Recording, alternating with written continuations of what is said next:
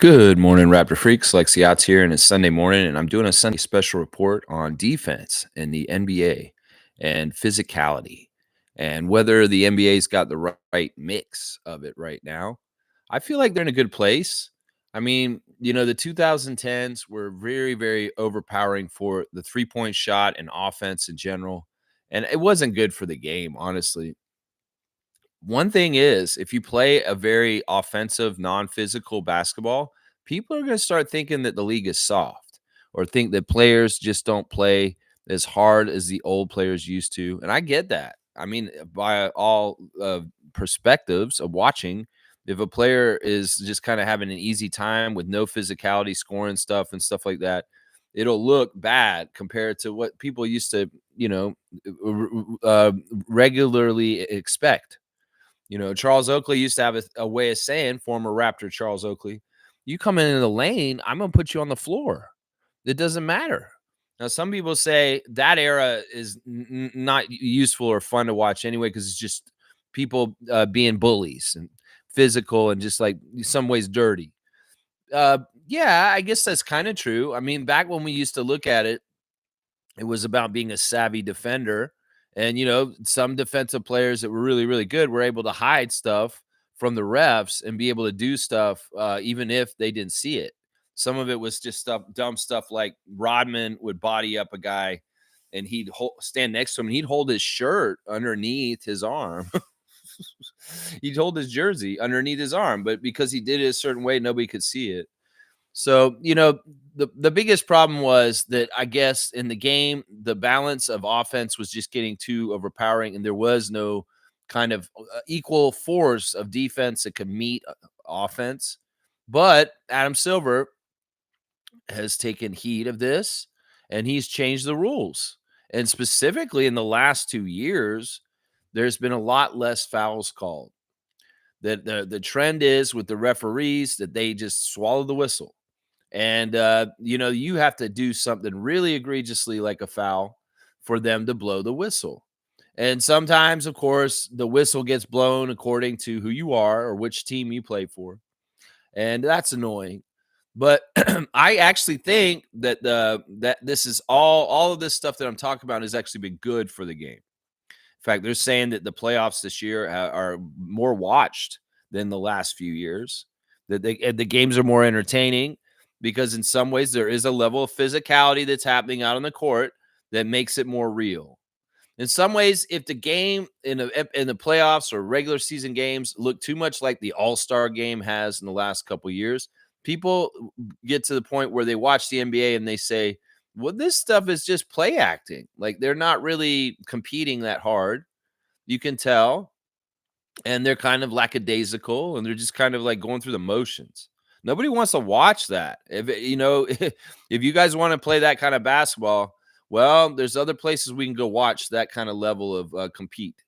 So I think it's good that the NBA has allowed for more physicality. Now, there's a difference between like competitive physicality that is not dirty and physicality that is dirty and has no place in the game. And part of the problem I see that is different from the physicality that the old heads saw in the 80s and 90s and now is that some of the players that play with physicality now are more likely to take very dirty, cheap shots that are very dangerous for other players. And one of the biggest trends that I hate in the new NBA that I think is not good and needs to be rectified and maybe changed like with some of the rules is hitting people out of the air when they're driving to the basket. It used to be an unwritten rule. If somebody's going up off the ground, off their legs, up into the air to try and dunk it, you don't hit them while they're in the air or turn them sideways or let them get in a position where they can't protect themselves when they're falling to the ground. There's been too much of this happening. In fact, we saw it this year with people like Grady Dick, Chris Boucher, Jacoby Walter. They get up in the air and they're trying to go to the basket, and all of a sudden, a defender's either undercutting them or flipping them on parallel to the ground. You don't want that because that's how tailbone injuries happen. That's how people break wrists. That's how that kind of bullshit happens. So I believe, like me personally, I like the physicality of the pushing and the shoving and maybe a little bit of holding, if you can do it and get away with it in a way that it's not so egregious that the referee calls it. But when I see a young superstar like John Morant or somebody like with an amazing athletic talent like Shaden Sharp going up to go towards the basket, I don't want to see anybody undercutting them or hitting them in the air or grabbing an arm or a leg and flipping them some sort of way so that they flip upside down and fall on their ass. That's dirty. And in some ways, I've seen more of that kind of dirty, cheap shot shit with guys in the air more in recent years than ever in the whole history of the NBA. Most of the time, people are not hitting people out of the air like that. There was just an unwritten rule. So, I mean, I like the physicality because in some ways, if it's just offense running roughshod over the whole entire game, there's no meeting of two forces and a feeling of compete. In some ways, that is a feeling of compete that adds a level to the NBA is the offense versus the defense. And when you tie one of the arms of the defense behind his back for the decade of the 2010s, really, you see how much more the offensive side got more emphasized and more important. And teams really only thought about that side more in building their team than the defensive side in some ways. But now with the swallowing of the whistle and the allowing for more, a little bit more physical kind of play by the referees, you can see a defensive energy generated where it can kind of be a face-off, a matchup between a very good offense, Steph Curry, versus a very good defense, Dylan Brooks. And that kind of stuff is entertaining to NBA fans. In fact, a lot of people are very much enjoying this NBA playoffs, despite it is overly physical compared to years just recent past. This is true. It's very much more physical. In some ways, one of the knocks on the NBA is these guys are millionaires that get paid to play a kid sport, and they don't have they have life so easy, so they coast. They don't really try. So in some ways, when we see teams in the playoffs really, really try passionately in physical ways, that makes you buy in more that, man, these guys are really trying to win. Really, really trying to win. It's the antithesis of the recent All-Star games that we've had for the NBA. It's you want that feeling that these guys really are getting after it, that they really, really are competing. You don't want to feel like these guys are kind of like wrestlers and they're in on some sort of storyline and they're just going through the motions and presenting the show. You don't want that. You want an actual kind of ambiguous outcome where it could be either team winning. The team that competes and plays the best will win in the end. And I don't know. How do you guys feel about this? Maybe I'll put a poll up right now saying, how do you feel about the extra physicality in the defensive stuff in the playoffs this year? Is it making for better, more entertaining games?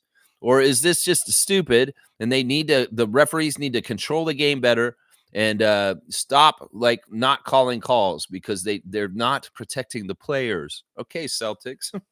Woo-hoo-hoo. Yeah, let's put this poll up real quick. We'll basically just say, do you like the extra physical playoffs? Do you like the extra physical playoffs? Because, man, there's been games where crazy technicals are getting called and people are, getting bloodied.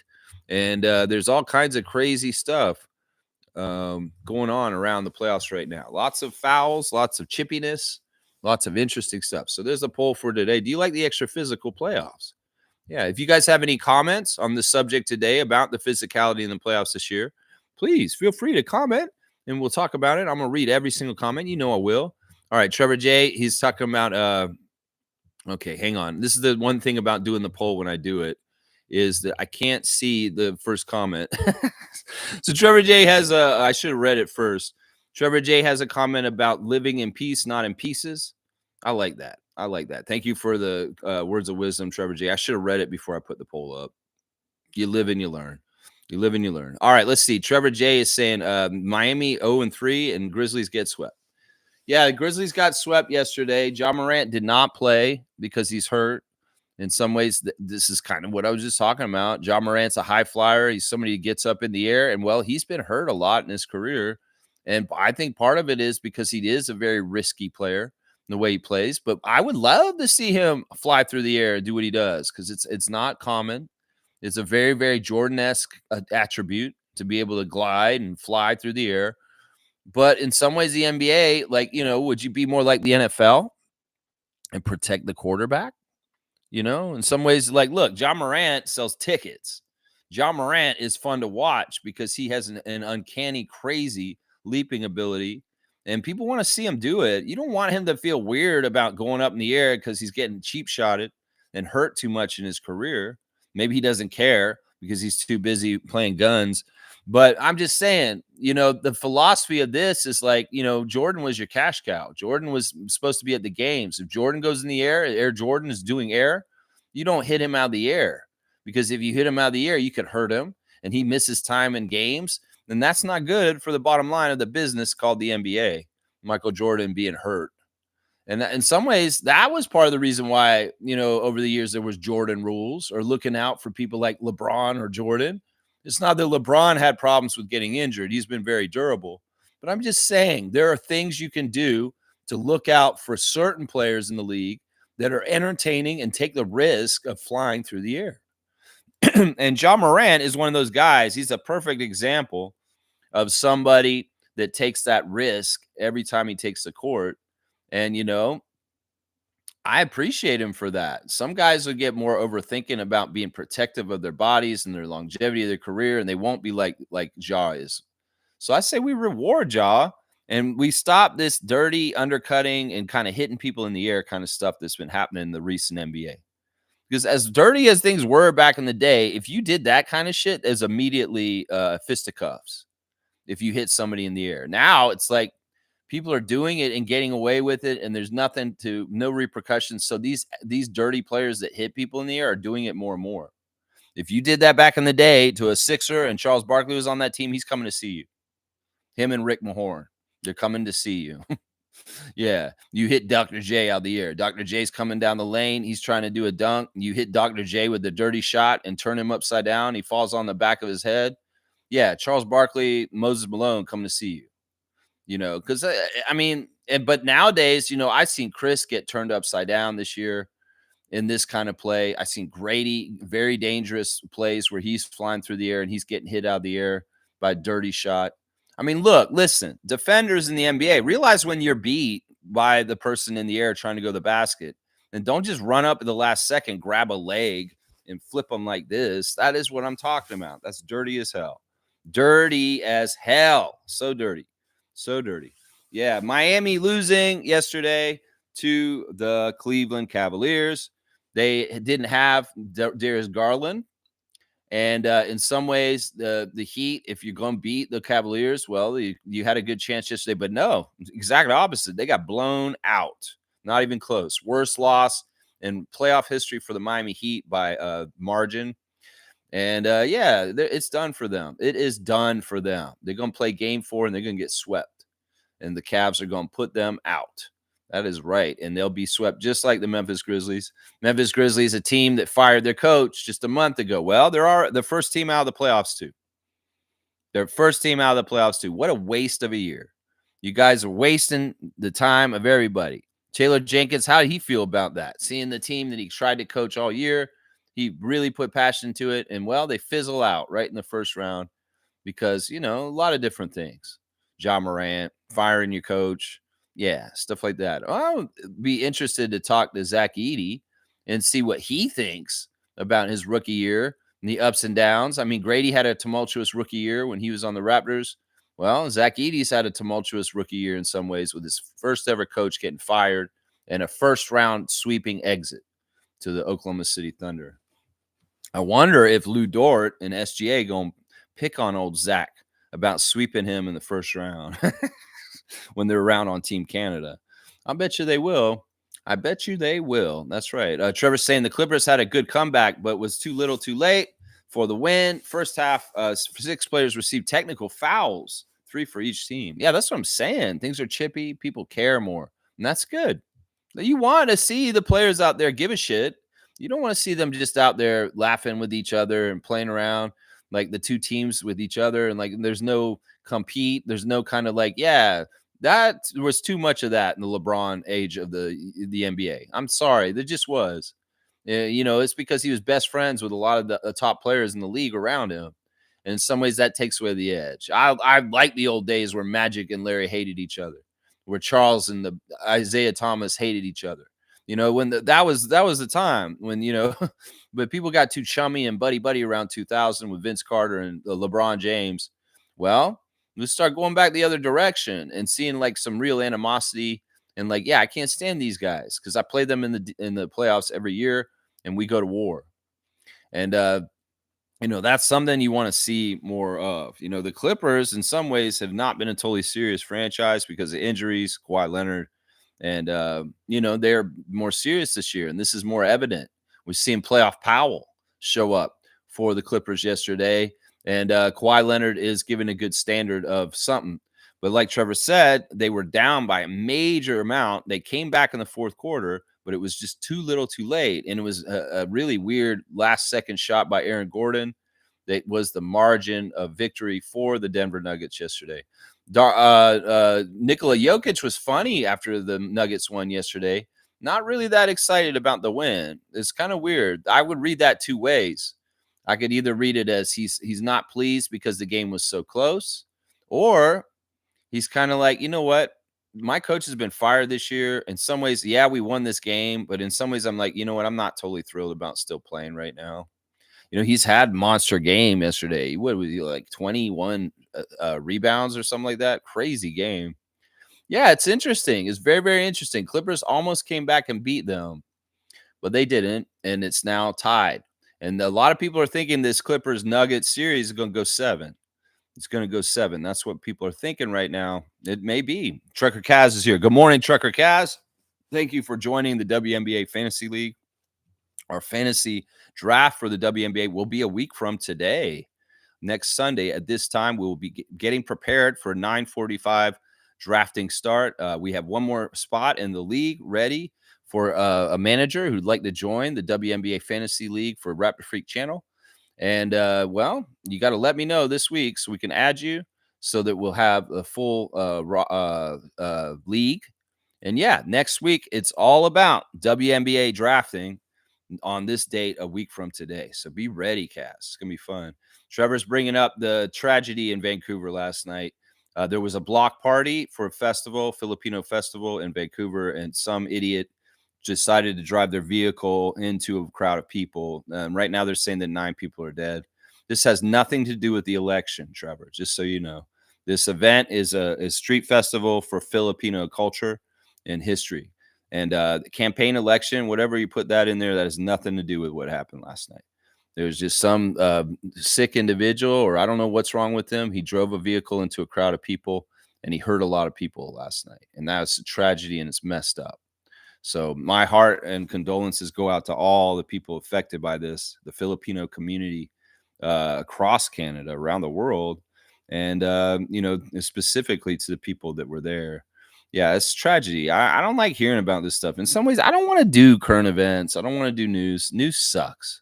The news sucks. We get good news tomorrow with a Mark Carney victory of the federal election. I'll be happy. That's what I'm hoping. That's what I want to hear next. That's right. Yeah, but really awful, awful things going on with that. That was really bad. Fiercey's here. Good to see MJ in the chat. Good morning, fam, and happy Sunday. Dirty players. She's got a list for me. Tristan Thompson.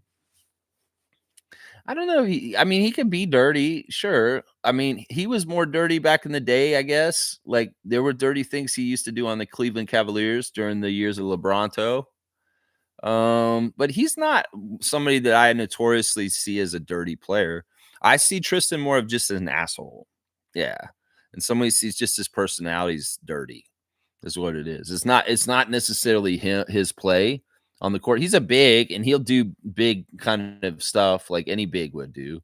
But to me, what's dirty is, well, the way he treated the Toronto Raptors home court the last time he played on it in this past season. Was dirty is also him appearing in a Drake video where Drake marries 24 women and he has all his family issues with his baby mamas and Kardashians and bullshit. And he's just he's a very poor role model for young men, is what I would say as far as romantically.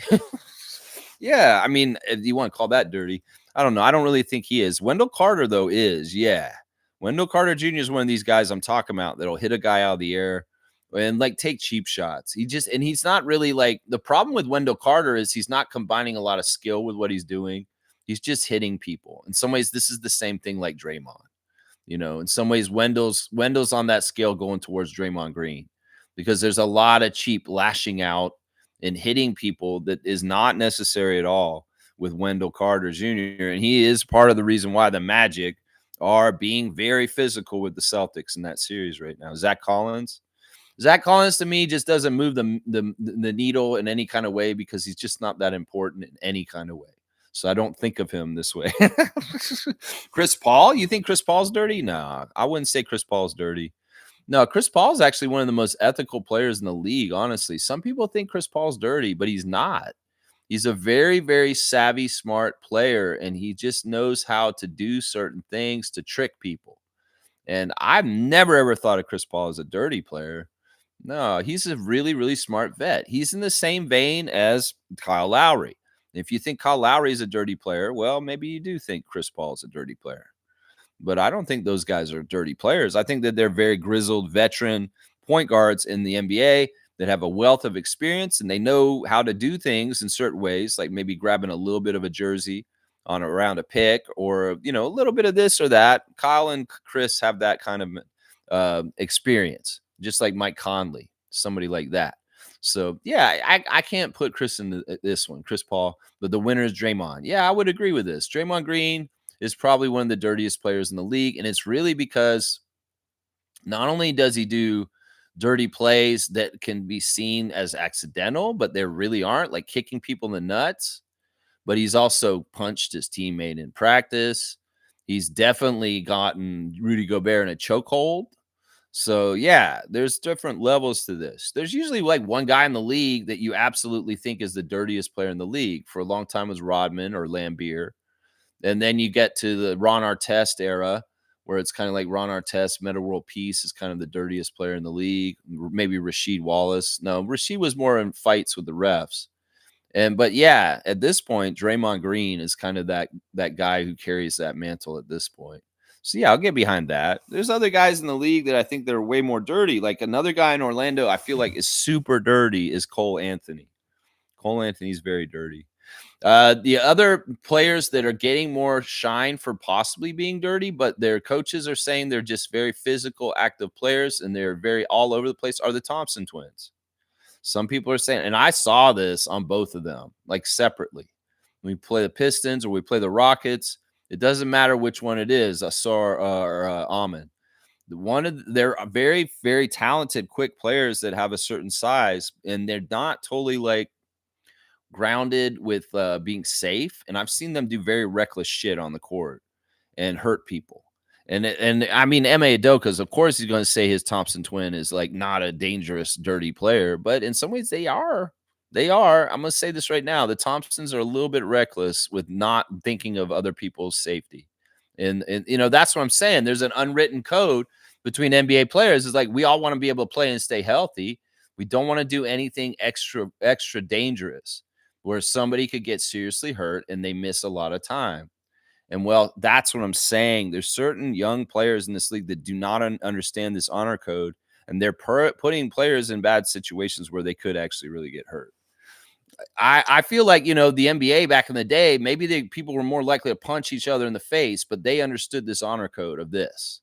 As far as if you are going to hit somebody out of the air, you want to do it in a way where they can protect themselves by catching themselves on the ground.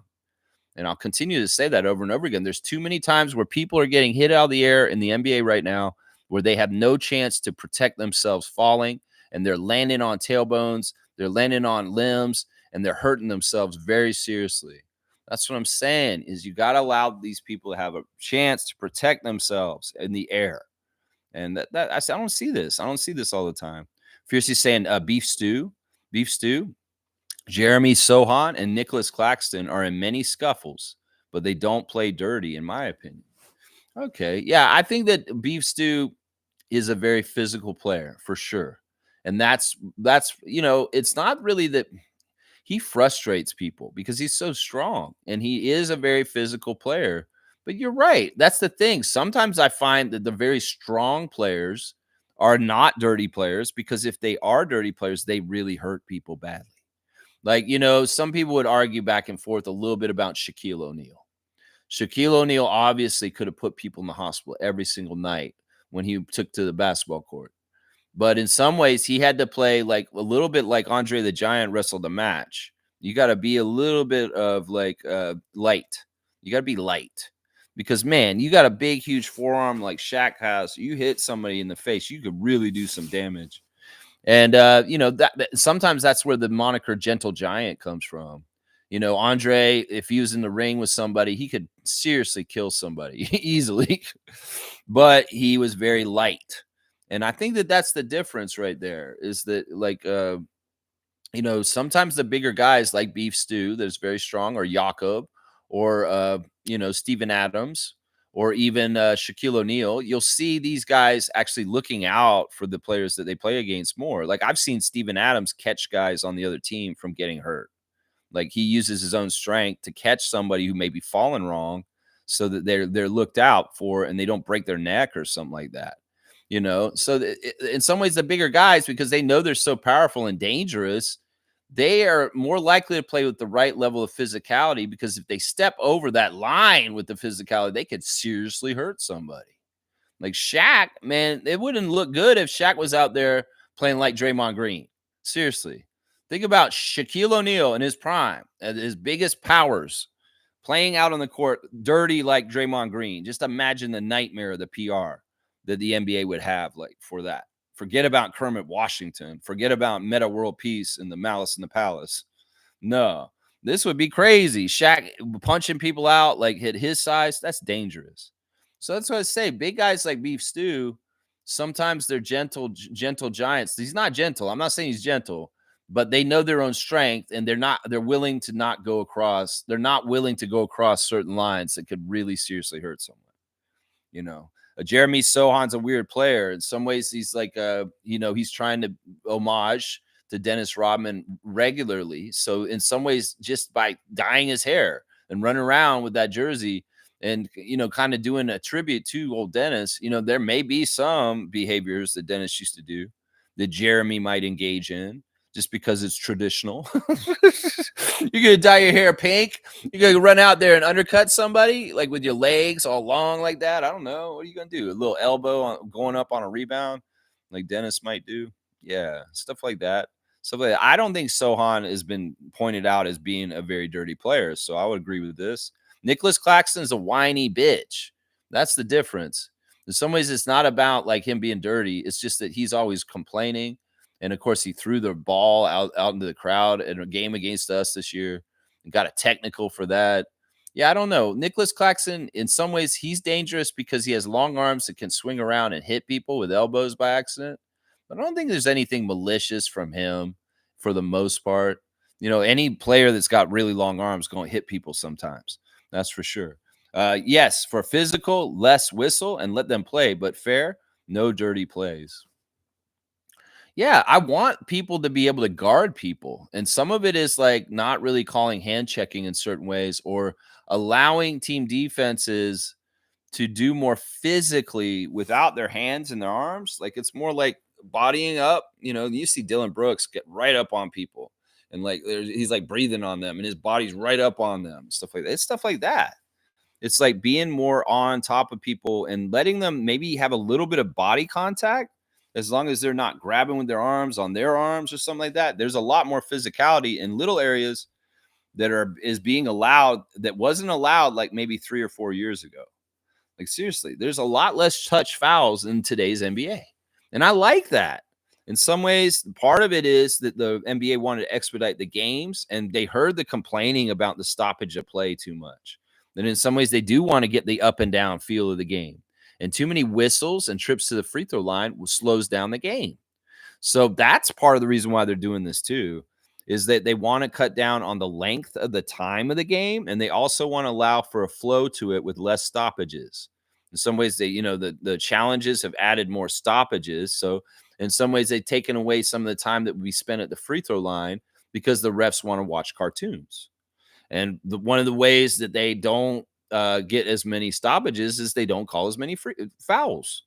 And that's just how it is. Like, it may be that they're calling like 2 out of 3 of the fouls that they used to call. They would call 3 fouls, but they're missing that 3rd foul now.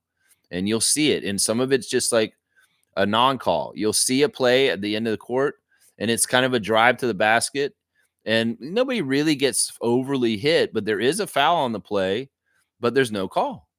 And the ball just gets picked up and runs back the other way. Or it's something like the guy ran out of bounds and they just call an out of bounds instead of a foul call. You're seeing that a lot more. Some ways they've cut out a lot of the bailout foul calls also. That if it's ambiguously kind of maybe a foul and they're not sure, and then they call a late call and they're like, oh, it is a foul. No, they're stopping that too. It's got to be a very blatant foul. And sometimes it does matter which team you're on. Like if you're Lakers, you're going to get way more consideration. The Knicks, stuff like that. And if you're a team like the Raptors, you're not going to get as much consideration for physical play around the basket. That's something we know as Raptors Nation. Oh, we know that already. Yeah, that's right. Yeah, Trevor's saying this is how you get people to watch the game now. We love to see grown men basketball. Yeah, he wants to see them actually out there working hard. You want to see them overcome. You want to see the iron versus iron. You want to see the competitiveness. You want to see the fire. You want to see something that is like really inspiring because, wow, they're really, really going at it and competing. And they both teams really, really want to win and may the best team win. That's what sports is all about. That's what being a sports fan, you want to be entertained by a good, close game that is competitive and fun to watch. You don't want to see a blowout like the Cavs did to the Miami Heat yesterday. No, you want to see a game like the Clippers Nuggets game that went right down the last second, and a review and looking at the shot decided it.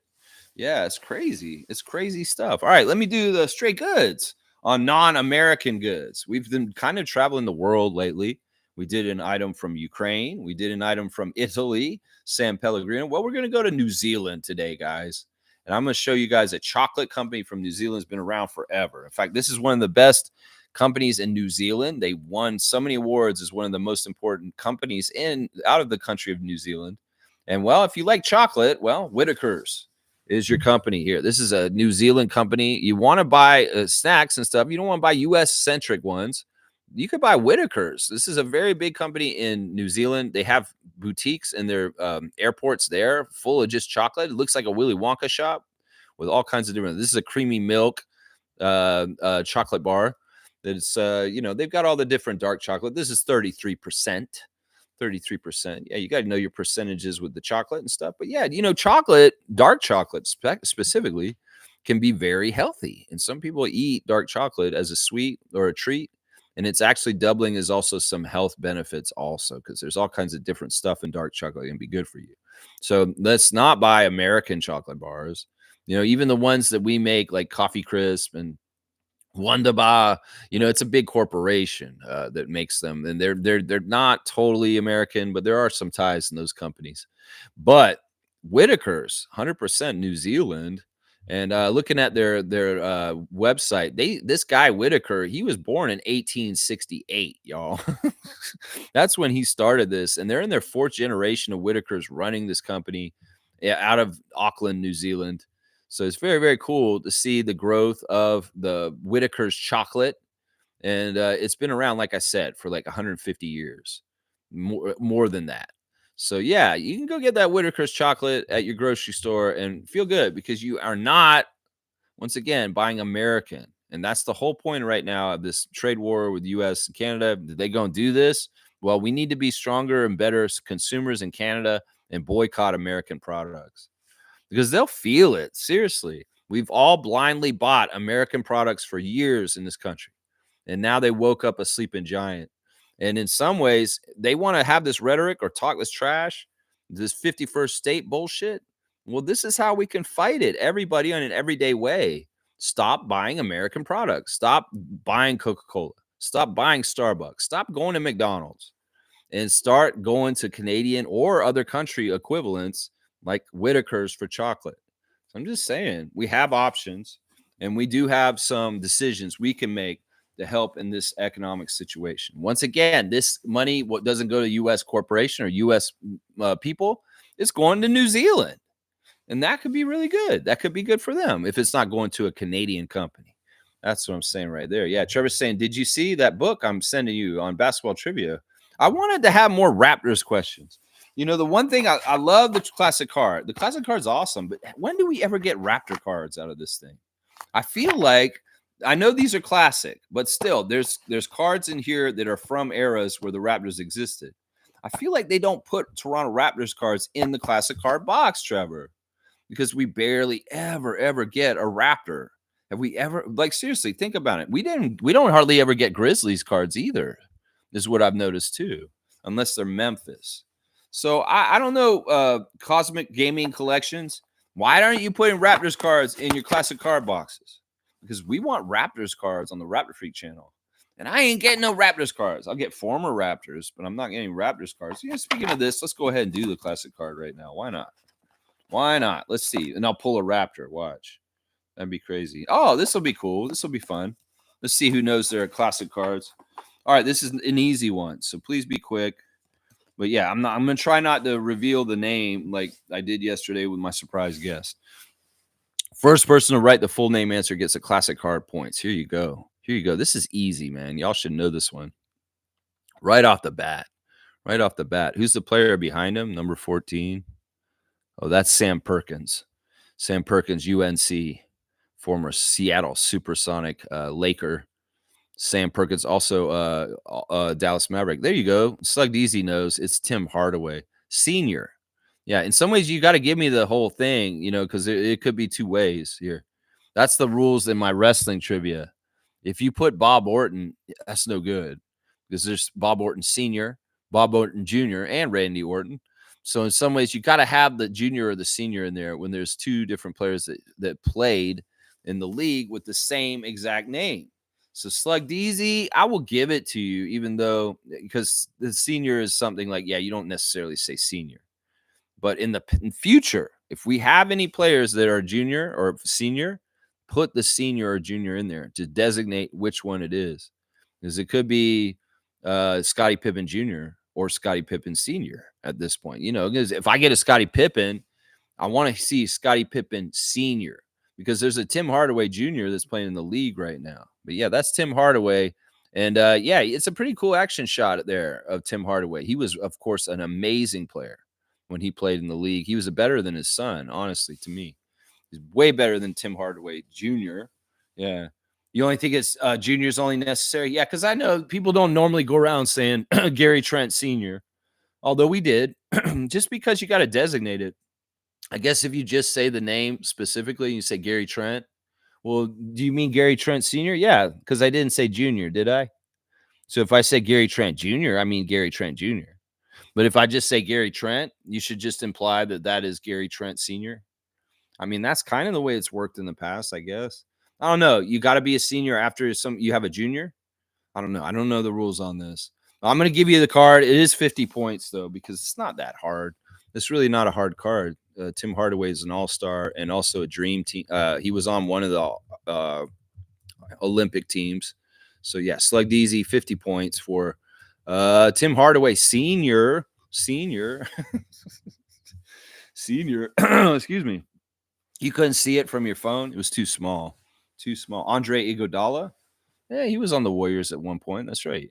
Fiercely saying Hardaway Sr. is a proud basketball dad, always at his son's game. Respect. Yeah. He had a little bit of a problem with something he said on a radio show and got in trouble for.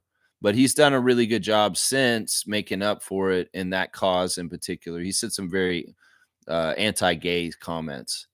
And he's done service towards kind of rectifying what he said, which is good. Yeah, Tim Hardaway Sr. does show up to the Pistons playoff games right now as his son, Tim Hardaway Jr., who's like 6 inches taller than him. That's the other thing. Senior was like 6 foot, and his son is like 6'7". So it's kind of an interesting thing. Point guard versus swing. And very different careers. Tim Hardaway was a starting point guard, a very focal point of every team he played for, Miami, Golden State. And Tim Hardaway Jr. has always been a role player off the bench, kind of a wing that comes off the bench to help out. That's right. Excuse me. Trevor's saying this one does have Raptors questions in it. That's why I'm getting it. Awesome. That's what I'm saying. I feel bad because we get different general NBA stuff like the classic cards and stuff. And I'm like, man, where's the Raptors content? I want more Raptors content. This is Raptors Street, right? We got to get that Raptors content. All right, let me see what else we got going on. Guys, we got some games today for the playoffs. And I'm going to go over the refs and their proclivities right now for what they're looking at. All right, Boston, Orlando, game 4 is today. And Mark Davis is going to be the crew chief. He favors the Celtics. Tyler Ford, the great Tyler Ford, is the referee. He favors the Celtics. And Andy Nagy, boy wonder, is the umpire. And he favors the Celtics. So all three refs have a more winning percentage for the Boston Celtics over the Orlando Magic in game 4. Could very well be another win for the Celtics. And we'll see a 3-1 series after that. New York at Detroit, game 4. David Guthrie is the crew chief. He actually favors the Pistons. So David Guthrie, the crew chief in the game for the Knicks Pistons today, is statistically favoring the Pistons. But the other two guys that are reffing with him, referee Brian Forte and umpire Kevin Cutler, both favor the Knicks. Yeah, but it's close. It's close with Brian Forte. Indiana and Milwaukee. The next game will be the crew chief is Tony Brothers today. Tony Brothers favors the Indiana Pacers, guys. He has a favoritism for Siakam and his crew. Mark Lindsay, also in this game as a ref, he will be favoring the Pacers also. So 2 refs for the Pacers. And then the umpire, Carl Lane, he actually favors Milwaukee Bucks. Star Wars fan Carl Lane will be the 3rd ref. So Brothers and Lindsay statistically favor the Pacers, and Carl Lane favors the Bucks. The last game of the day will be the Lakers at Minnesota Timberwolves. Josh Tiven is the crew chief. He favors the Los Angeles Lakers. Mitchell Irvin, Drake Lover, is the referee. He favors the Timberwolves. And Sean Corbin is the umpire, and he will be favoring the Lakers. So 2-1 for the Lakers in that game later. In the replay center, it's Ed Malloy with Giamidis Petratus watching from the eye in the sky over there in Secaucus. So there's your ref report for today. Heavy favor for Boston, favor for New York, favor for Indiana, and favor for the Lakers from the ref crews, just in general right there. Let's go do the Instagram stories. Jonathan Mobo is saying, join the winning team. And that's the winning team with God, y'all, is what he's saying right there. January Jones, a madman, was at courtside for the Clippers game yesterday, and she's taking pictures of James Harden working out. And she was upset because of the close loss. Heartbreak of a loss, but we'll get him in Denver. So she's definitely a LA Clippers fan. We're watching the game at courtside. January Jones from Mad Men, the show. Yeah. Let's see. Emmanuel Quickley was in attendance at the Miami-Cleveland game in Miami. Of course, Quickley likes to do off-season in Miami. He's down there last year, and he's there again right around now. And, well, he wanted to go see a playoff game, so he went and watched the Heat and the Clippers in person at the arena. I wouldn't read into this too much. I don't even know what his connection is with who on what team. I think it's just that he loves basketball. Then he just wanted to come and get in the atmosphere of the playoffs. Well, quickly get yourself in the playoffs yourself. And you can be in that atmosphere and competing in it. And I know you will next year. I'm looking forward to it. So, yeah, he was in the house watching the game yesterday.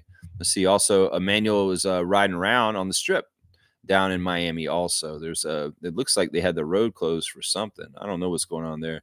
Jamal Shed is having fun at the beach with his friends. They're digging holes in the beach. And I'm not even totally sure what this game is. It's like they walk around a little path and they jump in the hole. And I don't know what they're doing, man. Jamal Shed, you're weird, bro. And your friends are weird. But enjoy the sand and the sun and the beach. And yeah, I don't even know where you guys are. It looks like you could be anywhere, honestly. That could be like the islands, something like that. So yeah, Shed is enjoying his time off. He's been very much involved with the NFL draft and different players getting drafted. So let's do it, you goat. There you go. Yeah, Jamison Battle celebrating Jalen Travis getting drafted out of Iowa State to the Indianapolis Colts. So he had a personal friend drafted in the NFL also, Jamison Battle. Let's see.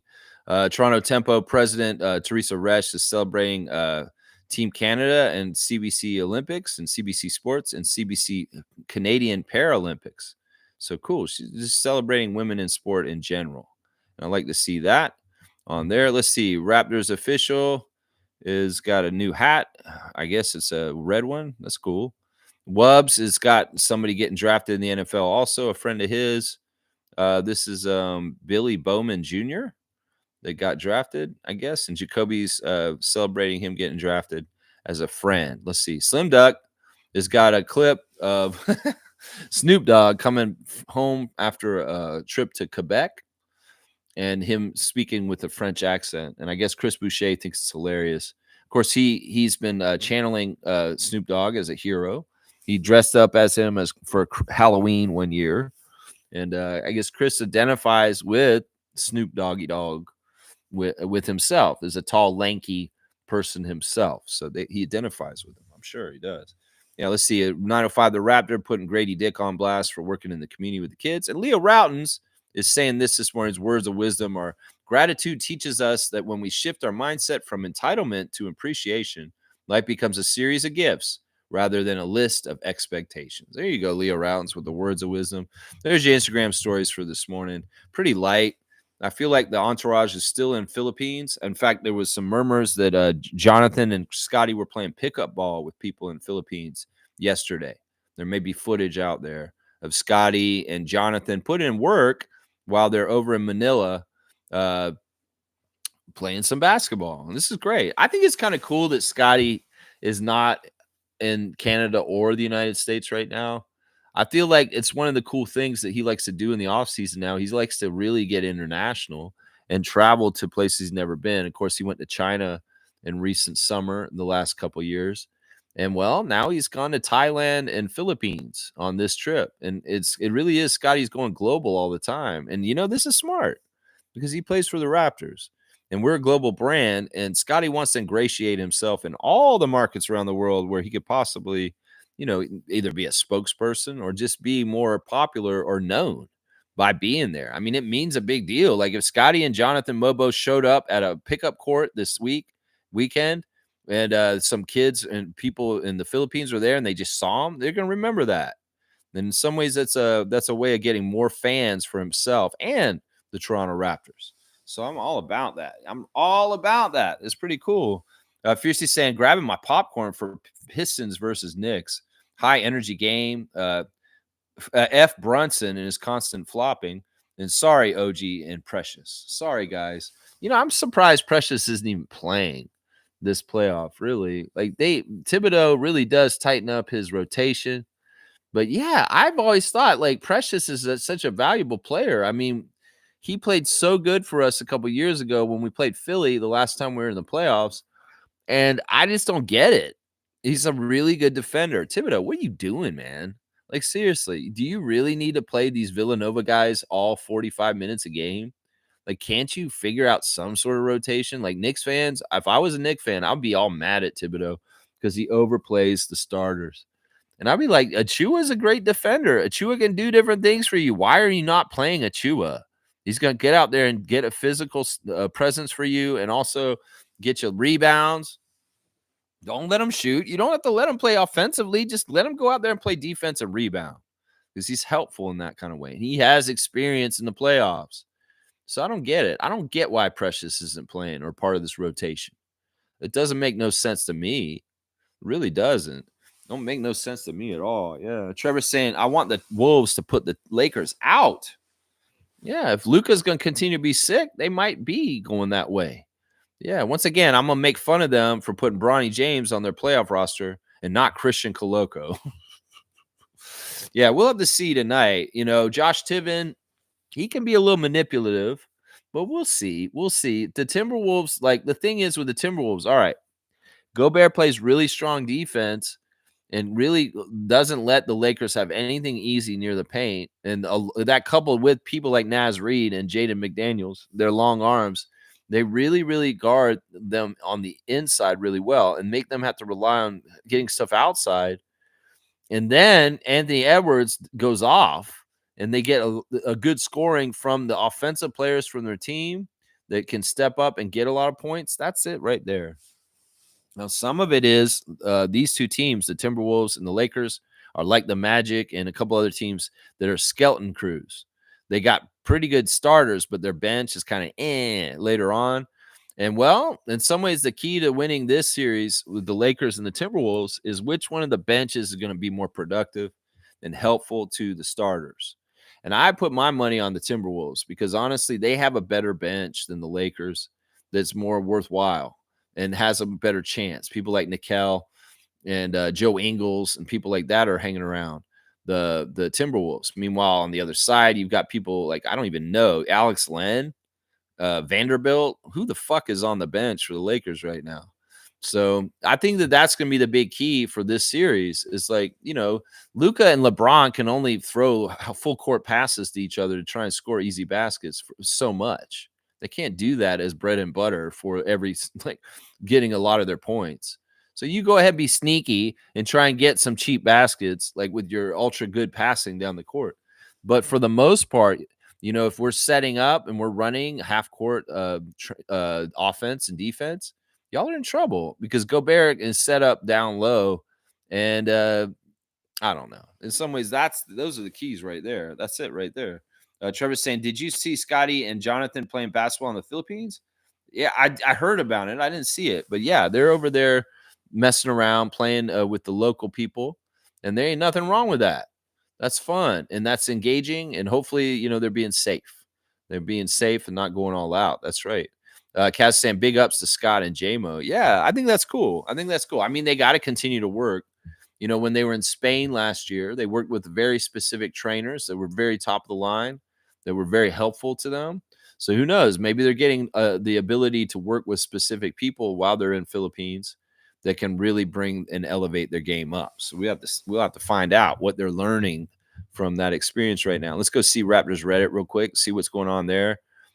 This is interesting. Somebody's brought up on the Raptors Reddit that Common Malawach has not technically declared for the draft yet, and that some people are saying that he might not have done it because of the Donald Trump political atmosphere with South Sudan and the issues. So I don't know what's going on with Common Malawach. That there may be some sort of weird snafu, and he may not be coming in this draft. I say that if this is the case, it's obvious that if the Raptors can corral Derek Queen, that is the best option. So, I mean, if there's going to be some sort of weird politics with Common, and there's some sort of weird thing about him declaring for the draft, like let me make sure this is true, because this guy's saying this, but it could not be. It may be not right. Declare for the draft.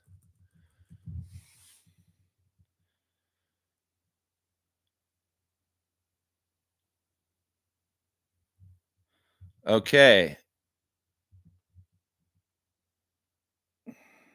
Okay, he did declare for the draft at the last second last night.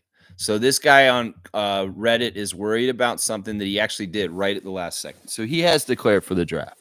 So we're good. This just happened last night, like 9 hours ago.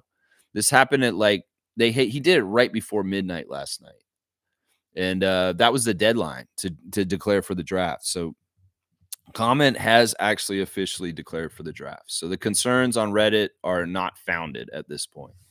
So there you go. I wanted to look it up. I did. And there you go. There's the answer right there. There's the answer right there. Raptors Reddit is enjoying the Norman Powell stuff in the playoffs. They think that's pretty cool to see playoff Powell showing up right now. That's what's going on there. Let's see if Blue Skies has got any interesting Blue Sky stuff. Doug Smith's doing his mailbag, of course, talking about Masai Ujiri. Will Masai Ujiri acquire more NBA draft picks? And how about a Mavs center, Derek Lively? Whoa, Doug Smith, what are you doing? Let's just like we said on this chat in the last week, let's check out how we are with Brandon Ingram showing up first before we start, throwing more ingredients in the stew. Seriously, we got to taste this thing with Ingram. I don't like over making moves when we're already kind of in a state of discovery because of what we have already to discover what we got. So I don't know. I wouldn't be ecstatic if we got Derek Lively, though. I'm going to say that. I would be ecstatic because he'd be a fantastic player to add to our team. I would be ecstatic. Yeah. I don't know if Masai gets more draft picks. I feel like if we get like a top pick, like if we get one of the top 5 picks, well, in that case, we're going to be really kind of just worrying about paying that high draft pick and then a second round pick. I don't feel like we're gonna have 5 rookies like we did last year, this year. I feel like at the most we'll have 3, if not probably just 2. So I don't know. I don't see this Doug Smith as far as acquiring more, um, getting more and more draft picks. I mean, why? Why? I guess Blake Murphy went to the Metallica show last night with Limp Bizkit and Real Big Fish were there, something like that. Something at the Skydome, Metallica's playing there. Let's see what else is going on here. I posted Malachi Flynn's highlight plays from this past season on Austin Spurs. So if you want to watch Malachi and his trick shots and his goofiness, it's all there. Happy birthday to Zendon Hamilton, guys. Zendon Hamilton played for the Raptors in 2002, 2003. And yeah, he only played 3 games for our team, but it is his 50th birthday. Zendon Hamilton out of New York. He went to St. John's. And well, he's been a G League coach in recent decade. He was a G League coach for Utah and Dallas and the Clippers in the last 10 years. But yeah, this happy birthday, happy 50th birthday, the Zendon Hamilton, former Raptor. All right, let's see what else we got going on here as far as checking on things. Let's see. Fiercely saying, enjoy your day, fam. And you put the clip in the 2 chat? You put the clip in the 2 chat. What do you mean in the 2 chat? What, the 2 chat? You mean in the Facebook chat? You put the clip? Oh, there's a news out that Kelly Olynyk announced on his Instagram last night with his wife that they are expecting their first child. And they announced it by saying there's be a rookie added to Team Olynyk around September. So Kelly is a couple that no children. They're changing that. They had their dog, and they're very doting on the dog. But I guess now it's time for them to start the family with the baby. So Kelly Olynyk's expecting a child around September. So it's probably likely that this child was conceived while he was a Raptor, if you think about it. Because that would have been January. If the baby's coming in September, right? 9 months. So yeah, he would have been a Raptor at that time. So yeah, Kelly's having a baby coming to his life is the big news from Kelly Olynyk and his wife.